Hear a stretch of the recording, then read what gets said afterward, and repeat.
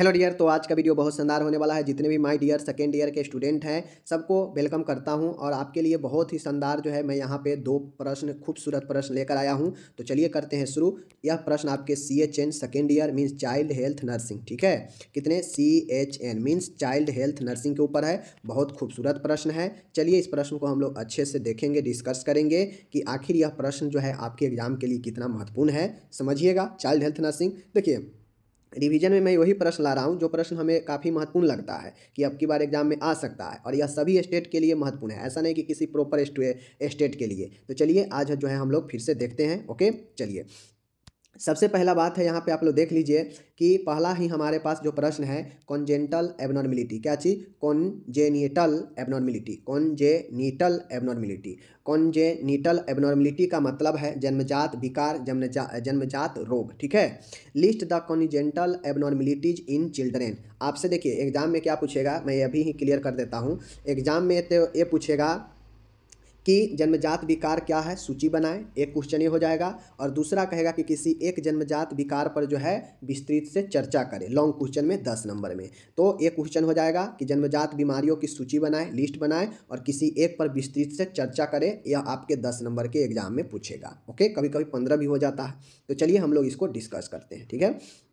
सबसे पहले आपको समझना है जन्मजात विकार होता क्या है, कॉन्जेनिटल एबनॉर्मेलिटीज होता क्या है। कॉन्जेनिटल जो एबनॉर्मेलिटीज है इसका मतलब क्या है, तो शिशु में जन्म के समय से ही उत्पन्न रहने वाली विकृतियां, यानी विकृतियां मतलब डिफॉर्मिटी मतलब गड़बड़, कुरचना, समझ गए ना। शिशु में जन्म के समय से ही उत्पन्न होने वाली समस्या या विकृतियां जन्मजात विकार कहलाते हैं। कोई बच्चा जन्म लेता है और जन्म के साथ ही जो है यह विकृतियां, यह विकार, यह समस्या मौजूद होता है, तो उसको हम लोग समझ लेते हैं कि यह जन्मजात विकार है, जन्मजात समस्या है, मीन्स यह जन्म से ही उपस्थित है। समझ गए? तो ये चीज़ें जो है आपके कॉन्जेनिटल एबनॉर्मेलिटीज होता है। चीज़ों को समझ गए? आगे चलिए।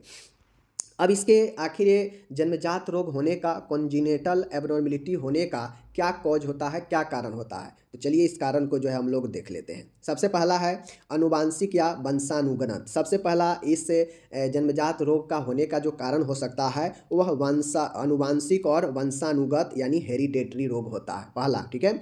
दूसरा है गर्भ में ऑक्सीजन का कमी होना या जन्म लेने के साथ ही ऑक्सीजन का कमी होना। विकिरण, रेडिएशन, अगर कोई फीमेल है और वह प्रेग्नेंट है, बहुत बार वह रेडिएशन एरिया में रहती है, तो यह भी कारण बनेगा कि उसके गर्भ में पल रहे बच्चा जो है कॉन्जेनिटल एबनॉर्मेलिटी से ग्रसित हो, ठीक है।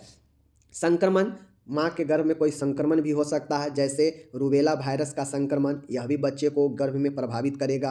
आगे है कुछ औषधियाँ का लेना माँ के द्वारा, जैसे एल्कोहल, शराब का सेवन करना, निकोटीन का सेवन करना, थैलामाइड का सेवन करना। यह सब औषधियाँ जो है एक महिला को क्या करता है, उसके शिशु को नुकसान पहुँचाता है। आगे है शिशु में होने वाली कुछ जन्मजात विकारों की सूची निम्न प्रकार है। तो ये तो हो गया जन्मजात रोग होने का कारण, जन्मजात समस्या होने के कारण, ठीक है। यहाँ पे मैंने आपको बता दिया कि कुछ दवाइयाँ का लेना, कुछ संक्रमण का होना, विकिरण का होना, ऑक्सीजन का कमी होना, अनुवांशिक होना, ये सब कारण हो सकता है कि बच्चा गर्भ में यानी जन्म के साथ ही कॉन्जेनिटल एबनॉर्मेलिटी का हो।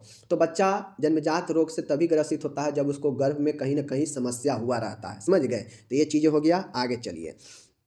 अब यहाँ पे जितने भी रोग मैंने आपको दिखाने जा रहा हूँ वह सब के सब जो है जन्मजात रोग है, सब के सब जो है आपको जन्म से ही मौजूद होता है। 15-20 पॉइंट मैं आपको बताऊंगा, 15-20 रोग बताऊंगा जो आपको अच्छे से क्या करना है, डिस्कस करना है, ठीक है। तो चलिए हम लोग जो है इसको देखते हैं। ओके, सबसे पहले देखिए क्या है आपका यहाँ पे सबसे पहला रोग हम जो लिखे हैं स्पाइना बाइफिरा है। आपको अच्छा से पढ़ाएंगे, कंप्लीट यह क्वेश्चन अच्छा है।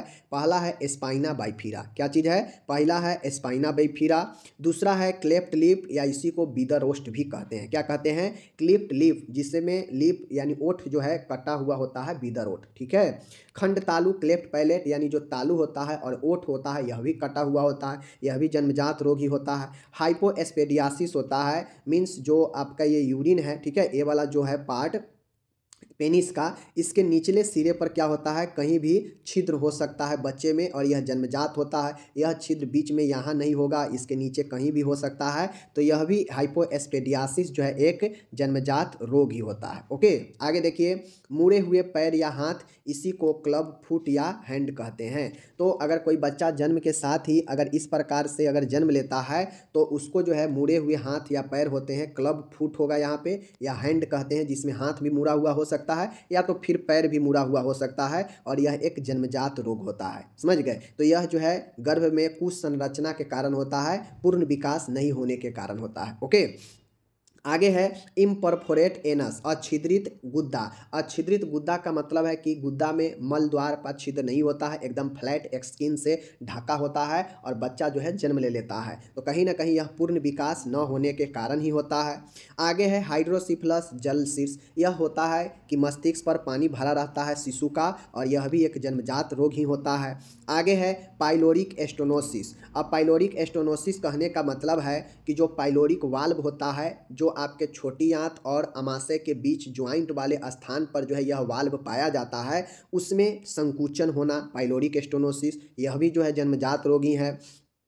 सेरेब्रल पाल्सी, समझ गए? सेरेब्रल पाल्सी मतलब पक्षाघात, ब्रेन में ऑक्सीजन ब्लड नहीं पहुंचने से यह पाल्सी हो जाता है, पक्षाघात लग जाता है। तो यह भी एक जन्मजात रोग ही हो सकता है, हाइपोक्सिया के कारण, ऑक्सीजन कम होने के कारण। एक्स्ट्रॉफी ऑफ ब्लैडर, एक्स्ट्रॉफी ऑफ ब्लैडर कहने का मतलब है कि आपको जो ब्लैडर है, इसका जो है ब्लैडर अंदर ही अंदर ब्लैडर में छिद्र रहेगा, वह बाहर की तरफ क्या होगा, मूत्र निष्कासन नहीं करेगा। डाउन सिंड्रोम होगा, वह डाउन सिंड्रोम जिसे मंगोलवाद कहते हैं, यह भी जन्म से ही हो सकता है। उसके बाद वेंट्रिकुलर सेप्ट डिफेक्ट होता है, वेंट्रिकुलर सेप्टल डिफेक्ट यानी VSD होता है।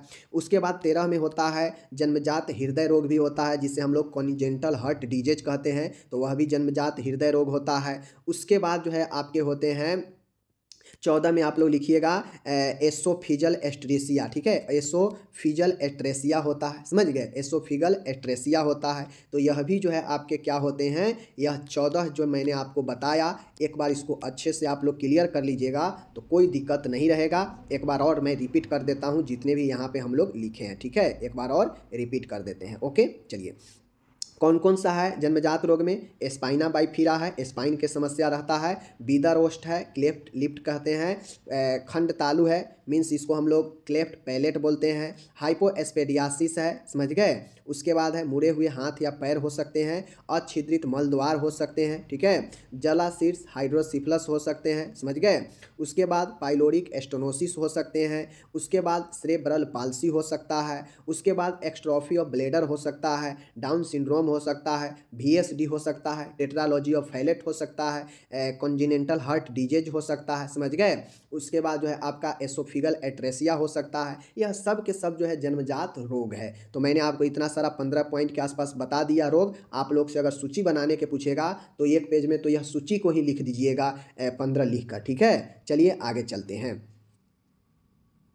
अब आगे है पाइलोरिक संकुचन। अब मैंने जो आपको बताया पाइलोरिक स्टेनोसिस एक ऊपर बताया है ना, उसको ही अब हम लोग डिस्कस करेंगे बहुत ही अच्छे से। जो एक कॉन्जेनिटल डिसऑर्डर है, मीन्स जन्मजात रोग है, जो कि ऊपर आप लोग देखे भी हैं सूची में। यह कॉन्जेनिटल पाइलोरिक स्टेनोसिस था ना, जन्मजात जो है पाइलोरिक संकुचन है ना, तो इसको पूछता है 10 नंबर में। तो चलिए हम लोग इसको डिस्कस करते हैं। एग्जाम में फिगर जरूर बनाना पड़ेगा, मैं रिविजन करा रहा हूँ इसलिए फिगर नहीं दिया हूँ। फिगर वाला जो है आप लोग डिस्कस जो डिटेल से पढ़ाए हैं उसमें है, दिया हुआ है, समझ गए? बाकी मैं फिर भी समझा दूंगा। देखिए, पाइलोरिक स्टेनोसिस का मतलब होता है कि जो पाइलोरिक स्टेनोसिस अमाशय के जो पाइलोरिक वाल्व होता है वहाँ का संकुचन है, जो इस भाग के वृत्ताकार पेशियों की हाइपरट्रोफी अतिवृद्धि के कारण होने वाला अवरोध है। अब मैं आपको बता देता हूँ, जैसे समझिए कि इस प्रकार से जो है मैं आपको यहाँ पे बता देता हूँ, ठीक है। यहाँ पे मैं आपको बता देता हूँ, यहाँ पे मैं आपको बता देता हूँ, क्लियर कर देता हूँ। ए है, ठीक है, ए है। अब ए है, समझिए यह पेट है, ठीक है, और ये आपका पेट है, पेट है, समझ गए? अब मानिए यहाँ से हमारा जो है क्या हो गया, छोटी आंत शुरू हो गया। क्या हो गया? यहाँ से छोटी आंत शुरू हो गया। अब ये पेट है, अमाशय है, ये छोटी आंत का ड्यूडेनम भाग है। तो इसके दोनों के बीच में एक पाइलोरिक वाल्व होता है। क्या होता है? पाइलोरिक वाल्व होता है, जो क्या करता है, इसमें एक वृत्ताकार मसल्स होता है, जो क्या होता है, खुलता है और बंद होता है। यह भोजन को वापस जो है छोटी आंत से आमाशय में आने से रोकता है, समझ गए। और भोजन को जो है एक बार अगर छोटी आंत में चला गया तो दोबारा से जो है यह नहीं आता है पाइलोरिक स्टेनोसिस के कारण ही, ठीक है, क्योंकि यह बंद कर देता है। यह मसल्स का बना हुआ एक वृत्ताकार जो है यहाँ पे पेशी होता है, ठीक है।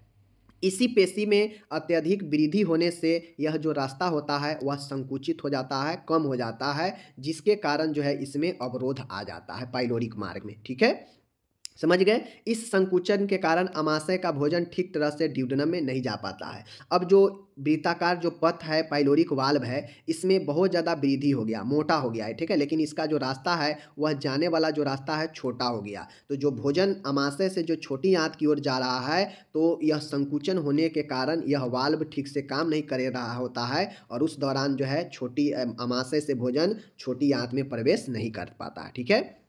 फलतः स्तनपान भोजन के बाद शिशु के उल्टी हो जाती है। फलतः या तो स्तनपान या भोजन के बाद जो शिशु को उल्टी हो जाती है, जो धीरे धीरे बढ़ती जाती है। यह उल्टियाँ तीव्र वेग से बहिर्क्षेप यानी प्रोजेक्टाइल वोमिटिंग से बाहर आती है। और सबसे बार बार ऑब्जेक्टिव में पूछता है सिम्टम्स में कि पाइलोरिक स्टेनोसिस के सिम्टम्स इनमें से कौन है, और उसमें से प्रोजेक्टाइल वोमिटिंग रहता है। यही सबसे प्रमुख लक्षण है किसका, इसी का, पाइलोरिक स्टेनोसिस का, क्योंकि इसमें जो भोजन है बैक मारता है, पेट से जो है सीधा आहार नाल के ऊपर वाले मुंह में आता है, ठीक है, बैक मारता है, क्योंकि भोजन आगे नहीं जा पाता है तो भरते भरते यह बैक ही ना मारेगा ऊपर की तरफ, तो खाया हुआ भोजन पिया हुआ मुंह में आ जाता है भोजन, ठीक है ना। तो यही होता है इसमें, तो यही पाइलोरिक स्टेनोसिस होता है, समझ गए।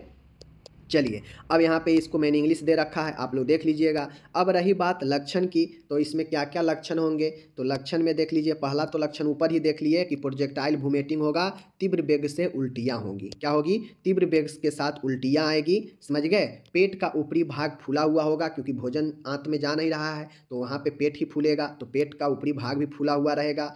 निर्जलीकरण होगा, क्योंकि हमारा जल का अवशोषण कहाँ होता है, आंतों में होता है, तो जब भोजन पेट से आमाशय में जाएगा ही नहीं तो जल का अवशोषण कहाँ होगा, जब जल का अवशोषण नहीं होगा तो बॉडी को जल मिलेगा नहीं, ठीक है। और उस कंडीशन में आपके कब्ज बनेंगे बच्चे को, और बच्चा जो है अल्प मूत्रता का शिकार होगा, क्योंकि वह पानी उसको ऑब्जर्व हो ही नहीं रहा है, तो मूत्र कहाँ से बनेगा। और शरीर के भार में वृद्धि नहीं हो पाना या कम हो पाना या कुपोषण होना, ये सब कारण हो सकते हैं, लक्षण हो सकते हैं। और अमाशय शोथ यानी गैस्ट्राइटिस यानी आपके अमाशय के अंदरूनी परत में सूजन भी हो सकता है। यह सब लक्षण पाइलोरिक स्टेनोसिस के होते हैं, जैसे प्रोजेक्टाइल वोमिटिंग, पेट के ऊपरी भाग का फूलना, निर्जलीकरण, कब्ज होना, ओलिगुरिया होना, ठीक है, माल न्यूट्रिशन होना, भार में वृद्धि ना होना, गैस्ट्राइटिस होना, यह सब लक्षण है आपके पाइलोरिक स्टेनोसिस के, जो पाइलोरिक वाल्व के अतिवृद्धि होने के कारण उसमें संकुचन होने से रास्ता कम जाता है और फिर भोजन आमाशय से छोटी आंत की तरफ नहीं जा पाता है, ठीक है। तो यह भी एक जन्मजात रोग है जो जन्म से ही हो सकता है, तो ये चीज़ समझ गए। आगे चलिए, अब यहाँ पे आप लक्षण देख लिए, ठीक है। कारण में वही चीज़ें हैं, कारण में वही चीज़ें होगा जो आप जन्मजात कारण देखें ना, उसी में कारण होगा। हेरिडेटरी हो सकता है, कुछ संरचना हो सकता है, ठीक है, मतलब यही सब कारण हो सकता है, कारण कुछ खास इसका रहता नहीं है, ठीक है।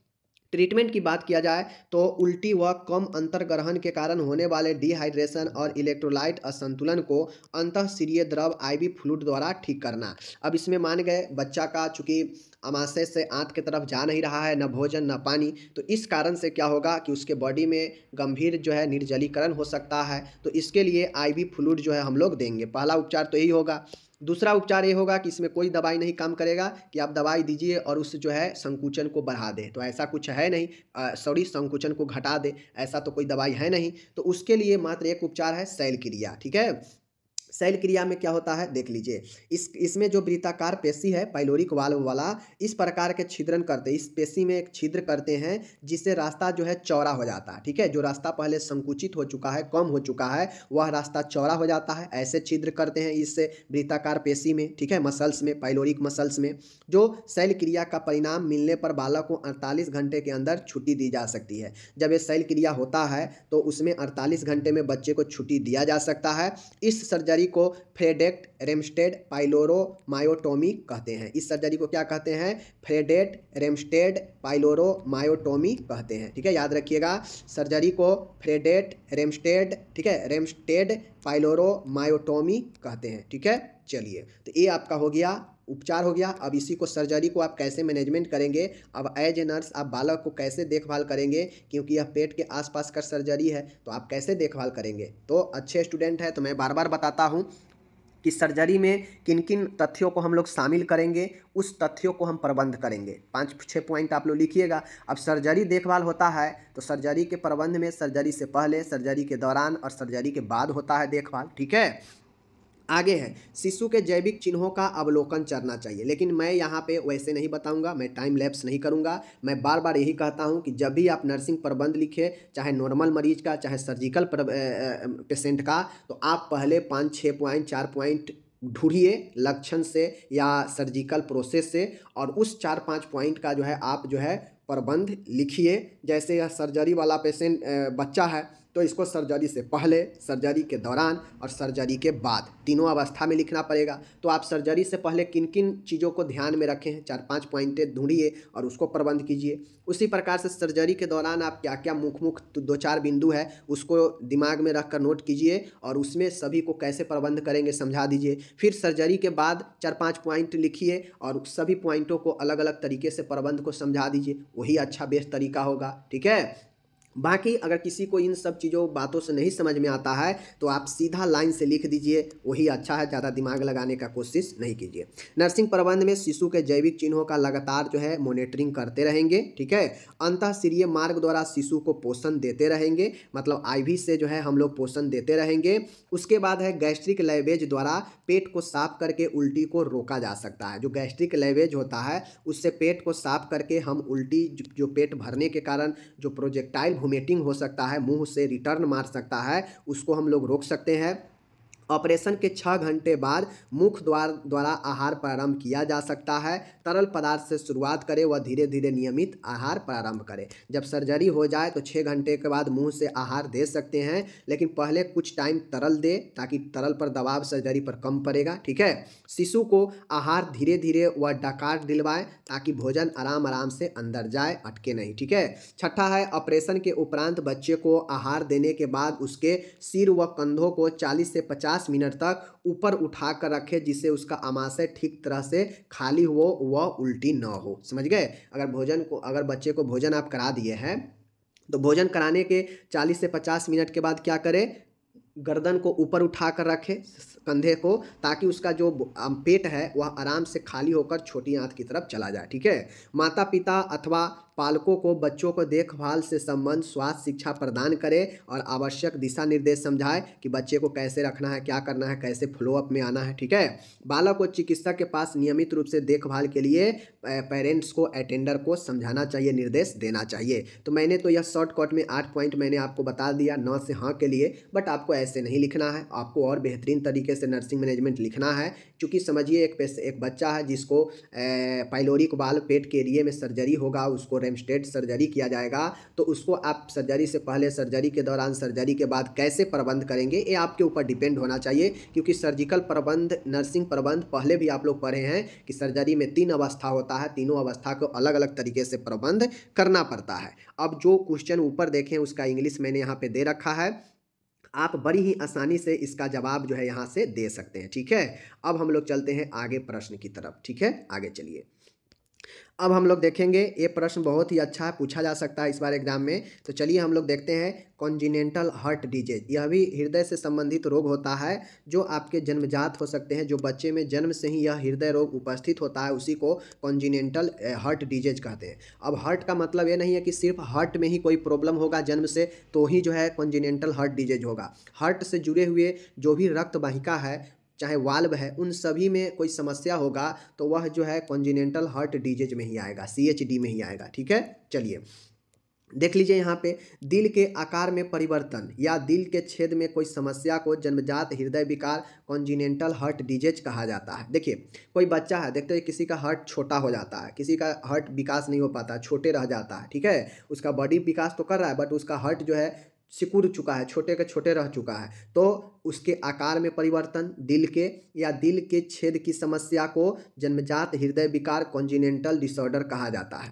लेकिन कुछ एक्सपर्ट की माने तो जन्मजात हृदय विकार बच्चों में जन्म से ही होता है, समझ गए। अब ऐसा नहीं है कि सिर्फ दिल में ही छेद है या दिल के साइज शेप में ही परिवर्तन है तो यह जो है कॉन्जेनिटल हार्ट डिजीज होगा, समझ गए। इस बीमारी में बच्चों को होता है कि हृदय और इसके जो प्रमुख नलिका है जैसे महाधमनी, समझ गए, सीरा, समझ गए, महासीरा या फिर सीरा, समझ गए, इन सभी में जो है आपके विकृतियां हो जाती है संरचना में। इसी को जो है हम लोग क्या कहते हैं, कॉन्जेनिटल हार्ट डिजीज कहते हैं। सही उपचार न होने के कारण भारत में हर साल लगभग 10% बच्चे इस विकार से अपनी जान गंवा देते हैं। चूँकि यह इतना जो है दिल के छेद होना, ये सब जो दिल वाला जो जन्मजात रोग होता है, यह व्यक्ति के पास उतना पैसे नहीं रहता है कि इलाज करवा पाए और उस कारण से बच्चा अपना जान गंवा देता है। तो यही जो है आपके जन्मजात हृदय रोग हो गया, समझ गए चीज़ों को। देखिए, हृदय का आकार, शेप, या हृदय में छेद होना,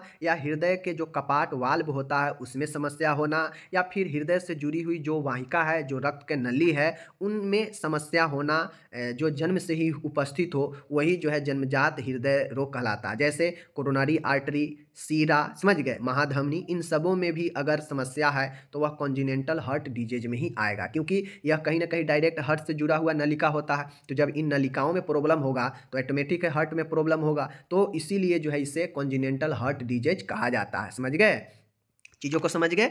चलिए, अब यहाँ पे मैं आपको कुछ प्रकार बता देता हूँ, अच्छा प्रकार बता देता हूँ। चलिए मैं आपको दिखाता हूँ। अब मैं आपको बता दूं यहाँ पे कि एक प्रकार से जो है देख लीजिए, एसाइनोटिक और साइनोटिक हार्ट डिजीज, यह आपके कॉन्जेनिटल हार्ट डिजीज का ही एक प्रकार है, जिसमें एसाइनोटिक और साइनोटिक हार्ट डिजीज का लक्षण देखने को मिलता है। जैसे पहले देख लीजिए, एसाइनोटिक हार्ट डिजीज क्या होता है, पहले इस चीज़ को देखिए। तो यहाँ पे देखिए, एसाइनोटिक हार्ट डिजीज जन्मजात हृदय विकार है ना, यह कॉन्जेनिटल हार्ट डिजीज है ना, तो यह उसी का है। एसाइनोटिक हार्ट डिजीज जन्मजात हृदय विकार है जिसमें रक्त का समान प्रभाव प्रभावित होता है। हृदय भित्ति में छेद जो है एसाइनोटिक हार्ट डिजीज का एक उदाहरण है। जैसे एसाइनोटिक हार्ट डिजीज किसी को होता है ना, तो यह भी जन्मजात हृदय रोग का ही एक प्रकार है, ठीक है, एक विकार है। लेकिन इसमें होता यह है कि इसमें हृदय में एक छेद पाया जाता है। इस छेद के कारण जो रक्त का जो समान प्रवाह होना चाहिए वह प्रभावित हो जाता है, मीन्स बॉडी को सही से नहीं मिल पाता है ब्लड, क्योंकि इस छिद्र से इधर उधर भी निकल जाता है, समझ गए। तो जिस कारण से यह एसाइनोटिक हार्ट डिजीज कहलाता है, जिसमें इनफ ब्लड जो है सर्कुलेशन में जो है हमारा हार्ट जो है सही से नहीं काम कर पाता है, इनफ ब्लड जो है नहीं पंप कर पाता है, ओके। जबकि साइनोटिक हार्ट डिजीज जो होता है यह भी एक जन्मजात हृदय विकारों के समूह के अंदर से ही आता है। इनके कारण होता यह है कि रक्त में ऑक्सीजन की मात्रा कम हो जाती है, वह साइनोसिस की स्थिति उत्पन्न हो जाती है, जिससे त्वचा व म्यूकस मेम्ब्रेन का रंग जो है नीला पड़ जाता है, ब्लू पड़ जाता है। चीज़ों को समझ गए। तो साइनोटिक हार्ट डिजीज जो होता है CHD, जिसे हम लोग कॉन्जेनिटल हार्ट डिजीज समूह के भी कहते हैं, इसमें ऑक्सीजन का भारी कमी हो जाता है ब्लड में, और उस कारण से जो है व्यक्ति यानी बच्चा का जो है शरीर और म्यूकस त्वचा जो है नीला पड़ने लगता है। इसीलिए इसे साइनोटिक कहा जाता है, जो कि साइनोसिस से ही रिलेटेड है। और साइनोसिस के मतलब ही होता है कि ऑक्सीजन का कमना, यानी बॉडी, नाखून, ये सब का नीला होना, ओके, समझ गए। चलिए आगे चलते हैं। अब जन्मजात हृदय विकृति के क्या कारण होते हैं, कॉन्जेनिटल हार्ट डिजीज के क्या कारण हो सकते हैं कि बच्चे में जन्मजात हृदय रोग हो सकता है। पहला, जीनेटिक, हेरिडेटरी, अनुवांशिक या वंशानुगत, जो भी कहिए, यह अनुवांशिक हो सकता है समस्या के कारण। रिश्तेदारों में ही शादी करना, ऐसा माना जाता है कि अपने ही निकट के रिश्तेदारों में शादी करना भी एक कारण हो सकता है। गर्भवती महिला को कोई रूबेला संक्रमण है तो यह भी हो सकता है, जो कि ऊपर भी देखे हैं जन्मजात रोग के कारण में। अधिक बच्चों के होने पर, बहुत ज़्यादा अगर बच्चा हो चुका है 4-5 बच्चा, तो इसका भी खतरा रहता है। प्रेगनेंसी में अधिक दवाइयों का सेवन करने से बच्चों के दिल की बीमारी हो सकती है, जो कि इन सभी कारण आप ऊपर में जन्मजात रोग में भी देख लिए हैं, यही कारण सब यहाँ भी है, ठीक है। अब अब यहाँ तो मैंने आपको बता दिया कि जन्मजात हृदय विकृति के क्या कारण हो सकते हैं। अब आपको हो सकता है कि यह जन्मजात विकृति जो है आपको शिशु में भी देखने को मिले, क्योंकि बहुत सारे ऐसे कंडीशन होता है जहाँ पे हल्के फल्के समस्या होने से जो जन्म के समय यह लक्षण नहीं दिखते हैं, धीरे धीरे जब सियान लेता है, उम्र बढ़ता है, तो यह सिम्टम्स जो है दिखने लगता है हार्ट से संबंधित। समझ गए? तो अगर बड़े बच्चों या शिशु में जो होने वाला जो लक्षण है वह इस प्रकार से है। कैसे? देख लीजिए। शिशु मतलब 1 साल के बच्चों में अगर समस्याएं होता है तो क्या क्या लक्षण दिखेगा? स्तनपान में परेशानी होगा, दूध पीते समय पसीना आएगा बच्चे को, छाती में बार बार संक्रमण होगा, धड़कन तेज रहेगा बच्चा का, शरीर नीलापन रहेगा, बार बार तेज बुखार होने की शिकायत, सीने में अचानक तेज दर्द होना। ठीक है, तो ये सब जो चीज़ें हैं शिशु में हृदय विकृति के लक्षण में जो है, इन सारे जो है लक्षण आपको आ सकते हैं, कोई दिक्कत नहीं। स्तन, ये शिशु के बात कर रहे हैं। ठीक है, ये शिशु के बात कर रहे हैं। बाकी वो जन्मजात हृदय रोग होने का कारण तो ऊपर बता ही दिए, जो कि एक जन्मजात रोग का ही कारण से बहुत ज़्यादा मैच था, तो वो बता ही दिए। बाकी एक शिशु जो कि 0 से 1 वर्ष की उम्र के जो बच्चे होते हैं उसको शिशु कहते हैं, तो उस कंडीशन में शिशु में क्या क्या लक्षण होंगे, तो लक्षण बता दिए। बाकी एक कारण मैंने आपको ऊपर में बता दिया कि कारण क्या क्या होगा। तो शिशु के लक्षण जो कि 0 से 1 वर्ष के बच्चे में लक्षण होगा कि स्तनपान करने में परेशानी, दूध पीते समय पसीना आना, छाती में बार बार संक्रमण होना, धड़कन तेज होना, नीलेपन यानी साइनोसिस होना, बार बार तेज बुखार होने की शिकायत होना, सीने में अचानक तेज दर्द होना। ठीक है, चलिए। बड़े बच्चों में दिखने वाले लक्षण। अब हमने 0 से शिशु के बारे में तो बता दिया। अब हो सकता है मान गए शुरुआती 1-2 साल में बच्चे में बीमारी ना दिखे हार्ट का, हो सकता है वह धीरे धीरे जो है आपको दिखे लक्षण आगे चल के। तो बड़े बच्चों में जो लक्षण दिखेगा, क्या दिखेगा कि जल्दी थकान महसूस करेगा। ठीक है, धड़कन तेज रहेगा, चक्कर आना, समझ गए, खाने में परेशानी होना, दम फूलने लगना, चेस्ट भारी होना, हाई ब्लड प्रेशर की समस्या होना। तो यह सब बड़े बच्चों में समस्या देखा जा सकता है। जो मान गए अगर किसी को जन्मजात हृदय रोग है बट धीरे धीरे आगे चल के बहुत दिनों के बाद यह लक्षण जो है दिखाना शुरू कर रहा है, तो उस कंडीशन में तब तो एज बढ़ गया रहेगा आगे, तो हो सकता है बड़े बच्चों में तब जाके दिखाएगा लक्षण। तो उस दौरान जल्दी थकना, धड़कन तेज होना, चक्कर आना, खाने में परेशानी, हाई ब्लड प्रेशर होना, ये सब जो है, बेचैनी होना, ठीक है, छाती भारी लगना, हैवीनेस, तो ये सब जो है आपको लक्षण हो सकते हैं बड़े बच्चों में। ओके, रही बात एक कॉन्जिनेंटल हार्ट डिजीज वाले बच्चे में क्या क्या देखभाल जो है हमें करना चाहिए जन्मजात हृदय रोग वाले बच्चे में, चलिए देखभाल बताते हैं। अब यहाँ पे है नर्सिंग केयर, नर्सिंग देखभाल करना। ठीक है, नर्सिंग देखभाल करना है, बच्चे को अधिकतम आरामदेह व सुविधापूर्ण स्थिति में रखें। क्या करें? बच्चे को ज़्यादा से ज़्यादा कंफर्टेबल पोजीशन में और सुविधा युक्त स्थिति में रखें, जिसमें बच्चे को ज़्यादा से ज़्यादा सुविधा कंफर्टेबल लगे। ठीक है, चिकित्सक लक्षणों का निरीक्षण करें, क्लिनिकल सिम्टम्स का निरीक्षण करें और नर्सिंग निदान हेतु सुनिश्चित करें एवं नर्सिंग योजना का तैयार करें कि जैसे कैसे कैसे देखभाल करना है। ठीक है, तीसरा है असमान लक्षण जैसे हृदय असफलता के चिन्ह आदि दिखने पर तत्काल चिकित्सक को सूचित करें। अब जैसे ही असमान लक्षण दिखे, जैसे हार्ट फेल करने का कंडीशन हो, ऐसे लक्षण दिखे तो तत्काल डॉक्टर को जो है सूचित करें। श्वास कष्ट होने पर, चूंकि हार्ट में प्रॉब्लम है, ब्लड सर्कुलेशन सही से होगा ना, ऑक्सीजन मिलेगा नहीं, तो हो सकता है श्वसन कष्ट हो, तो इस दौरान बच्चे को अनुकूल व उपयुक्त स्थिति में लटाएं, जिस स्थिति में जो है बेटर फील कर सके। देह नीलता, साइनोसिस की स्थिति में ऑक्सीजन दे। अति जलीकरण होने पर मूत्रवर्धक दवाई दे, यानी ज़्यादा बॉडी में तरल होने से मूत्रवर्धक दवाई दे ताकि मूत्र के द्वारा अत्यधिक जो तरल है निकल जाए। ठीक है, 7वां है हृदय असफलता की स्थिति में चिकित्सीय परामर्श के अनुसार डिजिटलीकरण करें। ठीक है, अगर हार्ट फेलर हो रहा है तो इस दौरान डॉक्टर के अनुसार डिजिटलीकरण करें। ओके, उसके बाद है जल एवं विद्युत विश्लेषणों की संतुलन बनाए रखें, यानी इलेक्ट्रोलाइट बैलेंस को बनाए रखें। पोषण के निर्वाह हेतु बार बार कम मात्रा में आहार दे, जो है तरल दे। ठीक है, आगे है माता पिता को मानसिक संबल विश्वास प्रदान करे एवं उन्हें बच्चों की स्थिति व समस्या के बारे में समझाए, ताकि बच्चे के सबसे ज़्यादा फिक्र होता है किसी को तो वो गार्जियन के होता है। बच्चे को प्रेम व स्नेह प्रदान करे, माता की सहायता से बच्चे को सभी आरोग्यकारी जरूरतों को पूरा करे, जो भी ज़रूरत है बच्चा को पूरा करे माता के सहायता से। यदि संक्रमण हो तो उपयुक्त एंटीबायोटिक औषधि दे और संभावित जटिलताओं पर निगरानी रखना चाहिए। ओके, अगला है और लास्ट है परमार्थिक संस्थानों की सहायता कर गरीब बच्चों को ऑपरेशन करवाने में मदद करें। बहुत सारे ऐसे संस्था है, बहुत सारे ऐसे सेलिब्रिटी है जो हमेशा ट्रस्ट के द्वारा या अपने खुद के द्वारा जो है बच्चों को, ऐसे बच्चों को जिनको दिल में छिद्र है, जिनको जन्मजात हार्ट रोग है, वैसे बच्चों को जो है ऑपरेशन करवाने के लिए जिम्मा लेती है। तो क्योंकि गरीब इंसान जो है इसके लिए सामर्थ्य होता नहीं है, इतना पैसा रहता नहीं है, तो परामर्थिक जो संस्था है, जो ट्रस्ट है, उनके द्वारा जो गरीब बच्चों को ऑपरेशन करवाया जाता है उनकी मदद से करवाएं। यह मदद आप एज ए नर्स कर सकते हैं, उपलब्ध करा सकते हैं गार्जियन के लिए। ठीक है, यहाँ पे टोटल मैंने इंग्लिश दे रखा है, टोटल इंग्लिश है। आप लोग जो है इस इंग्लिश को अच्छे से देख लीजिए, पढ़ लीजिए, कोई दिक्कत नहीं है। हम मिलेंगे अगले वीडियो में, आप अपना ख्याल रखिएगा। 2-3 प्रश्न अच्छे से मैंने कर दिया। अब आपको काम है एक बार कंप्लीट वॉच कीजिए वीडियो को, 2 बार, एक बार जब भी पीडीएफ डाल दे आप लोग आकर चेक करते रहिएगा। जब भी पीडीएफ डल जाएगा डाउनलोड करके आप लोग जो है क्या करिएगा, पढ़ते रहिएगा, एकदम रिवाइज करते रहिए, वरना एग्जाम में आपको कोई हेल्प नहीं करेगा। ठीक है, मिलते हैं अगले वीडियो में।